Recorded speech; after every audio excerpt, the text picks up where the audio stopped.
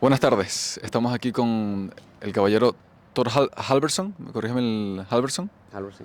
Estamos con Thor Halverson y vamos a hacer unas preguntas para que poder compartir sus ideas a la comunidad española y particularmente a la comunidad de Canarias, concretamente los venezolanos que estamos aquí repartidos aparte del mundo. Aquí tenemos una buena comunidad que yo creo que sus ideas aportarán gran valor, sobre todo para el futuro venezolano en cuanto a su prosperidad o en cuanto a su futuro político y su estabilidad, sobre todo, que es algo que hay que tocar. Entonces, lo primero, Thor, si puedes presentarte ¿Cómo no? para los Yo televidentes. soy un venezolano. Por aquí, apúntalo aquí. ¿Aquí Aquí, lo sí, quieres aquí, así? sí. Ok. Muy buenas tardes. Yo soy venezolano, nacido en Caracas, criado en Venezuela, me estudié afuera y me hice afuera. No ostento ningún cargo público ni electoral. No busco nada de eso en Venezuela. Me ha preocupado el tema de Venezuela profundamente desde que llegó Hugo Chávez al poder y anterior a la llegada de Chávez al poder, a ver la corrupción y el desmoronamiento del sistema legal en Venezuela en lo que era el final de los años 90. Y fundé una organización que se dedica a la protección de los derechos humanos cuando vi que las organizaciones internacionales como Amnistía Internacional y Human Rights Watch no estaban haciendo lo necesario en Venezuela y llegaron muy tarde a la discusión. Ya llegaron por el 2009, 2010. Fundé esta organización en el 2005 en conjunto con una cantidad de miembros fundadores que eran expresos políticos, y el foco era Venezuela y los gobiernos autoritarios que venían, que se veían venir, que eran los de Bolivia, Ecuador, Nicaragua y Perú. Eso es lo que se veía venir. Lo que terminó siendo era Bolivia y Nicaragua, porque el de Ecuador se solucionó internamente cuando el heredero de Rafael Correa lo traicionó. Entonces eso es para dar una especie Sí, de origen de la organización que presido. un poco la influencia del socialismo del siglo XXI, se podría decir, esa esfera política. Bueno, no es que el socialismo del siglo XXI es lo mismo que el socialismo del siglo XX. Claro. Lo que pasa es que tienen mercadeo distinto y se hacen pasar tienen asesores mejores y no quieren hablar de verdaderamente lo que son, que es utilizar la fuerza para crear más pobreza, más dependencia, crear una nueva clase de personas que están al mando y utilizar las herramientas de la democracia para darse la protección que necesitan cuando están llevando a cabo lo que hacen dentro de sus sindicatos criminales, que es precisamente lo que han hecho estos gobiernos. Sí, en relación con eso, todos estos años de dictadura en la población venezolana, lo más probable es que ya tiene un efecto negativo en cuanto a la corrupción moral, todas las cosas malas que puede tener el socialismo a nivel, sí, moral, ético dentro de la comunidad venezolana. Algunas, quizás las ideas de libertad no sean unas ideas que, aunque estén presentes en cuanto al tema político, quizás hay otros valores que, por ejemplo, pueden estar relacionados con el liberalismo o el libertarismo que no, como no se les ha dado cierto margen para poder prosperar en los niveles académicos, en los ciclos intelectuales públicos, no ha sido algo, sino que ha sido algo que se le ha puesto barreras. ¿Cuál sería una idea, un tipo de actitud sí, más que de actitud que puede tener la población venezolana, una forma de ver la vida post-chavismo? ¿Qué puede hacer la gente en la cuestión social? ¿Qué puede hacer la gente una vez el chavismo salga o se le eche del país? Los políticos buscan ser elegidos, ¿no? Los políticos buscan convencer al pueblo que lo elijan a ellos.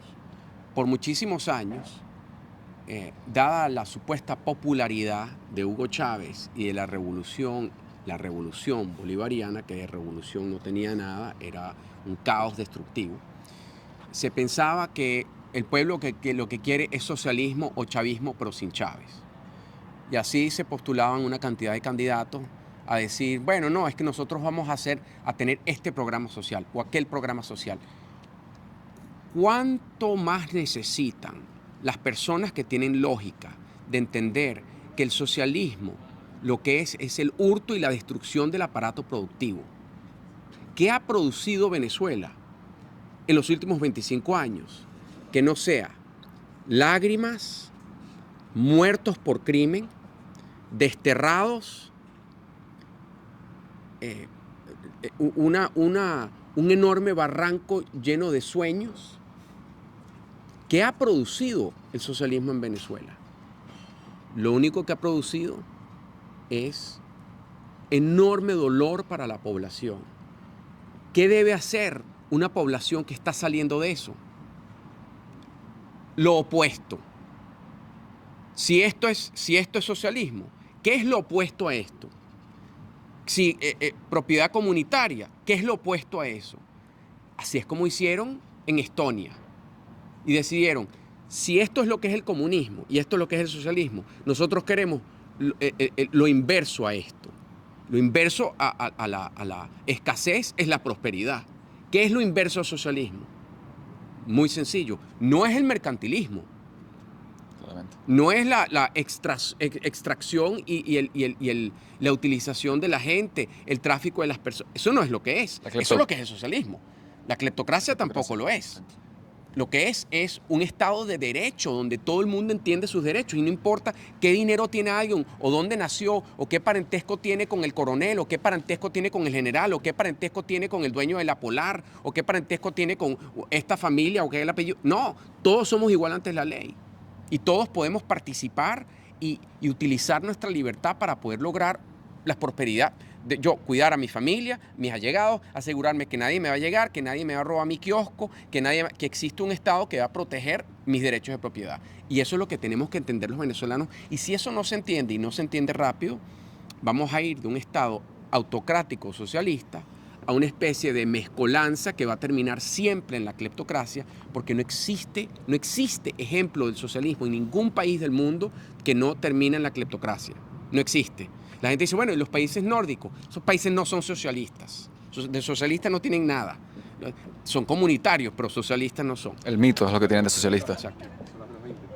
Sí, en relación con esto, uno de los aspectos, digamos, geopolíticos más importantes de Venezuela es el tema del petróleo.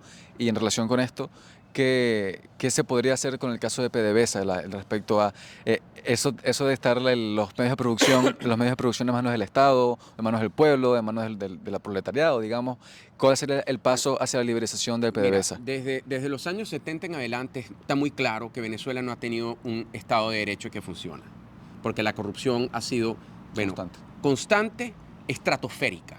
Desde el primer mandato de Carlos Andrés Pérez en adelante, mandato de Lucinchi, de Luis Herrera, de Caldera y de Chávez y todo lo que sigue después de Chávez, la corrupción anterior era una corrupción, yo diría que del 15 o 20% se perdía del Estado. La corrupción ahora es el 99%, se pierde o se desgasta.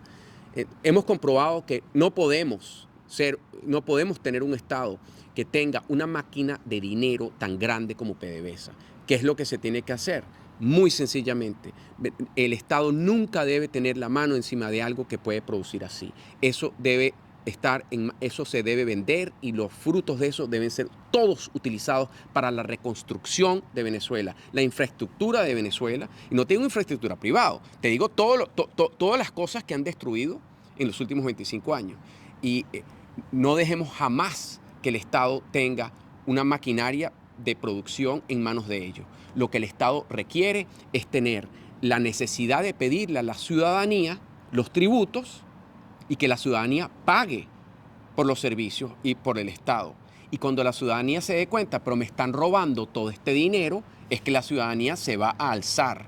Pero la ciudadanía no se alzó cuando se estaban robando el dinero del Estado, porque no lo veían como el dinero de ellos, lo veían como el dinero del Estado. Entonces la idea era, déjame meterme en el Estado para ponerle la mano a eso.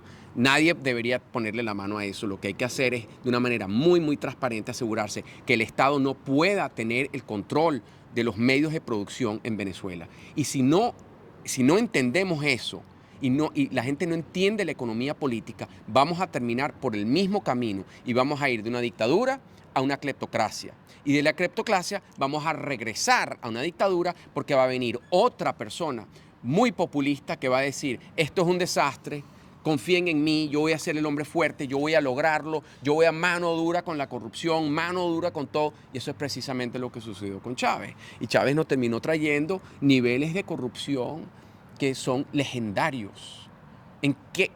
Los cuentos son tan magníficos y espectaculares que se pueden hacer una serie de largometrajes acerca de la locura que fue el gobierno de Chávez y la locura de las personas que metió en el gobierno y las cosas que se robaron y cómo lo hicieron. Ningún corrupto, ninguno de los discípulos de Carlos Andrés Pérez, ningún miembro de la familia más corrupta que ha tenido Venezuela en su historia, la familia Cisneros, se podría imaginar que el tipo de corrupción podría existir bajo Hugo Chávez.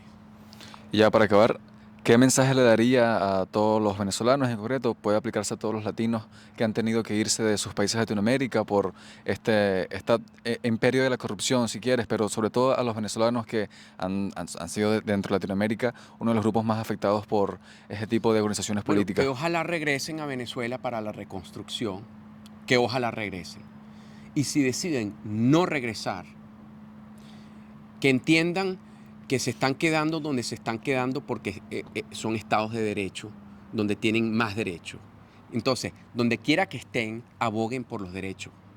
Háganse ciudadanos y aboguen por los derechos y asegúrense, teniendo la experiencia que tuvieron y el conocimiento de la experiencia vivida en Venezuela, de lo que representa un Estado que se desmorona y va hacia la dictadura, y hagan lo que puedan para asegurarse que donde quiera que vivan y que ustedes impartan ese conocimiento.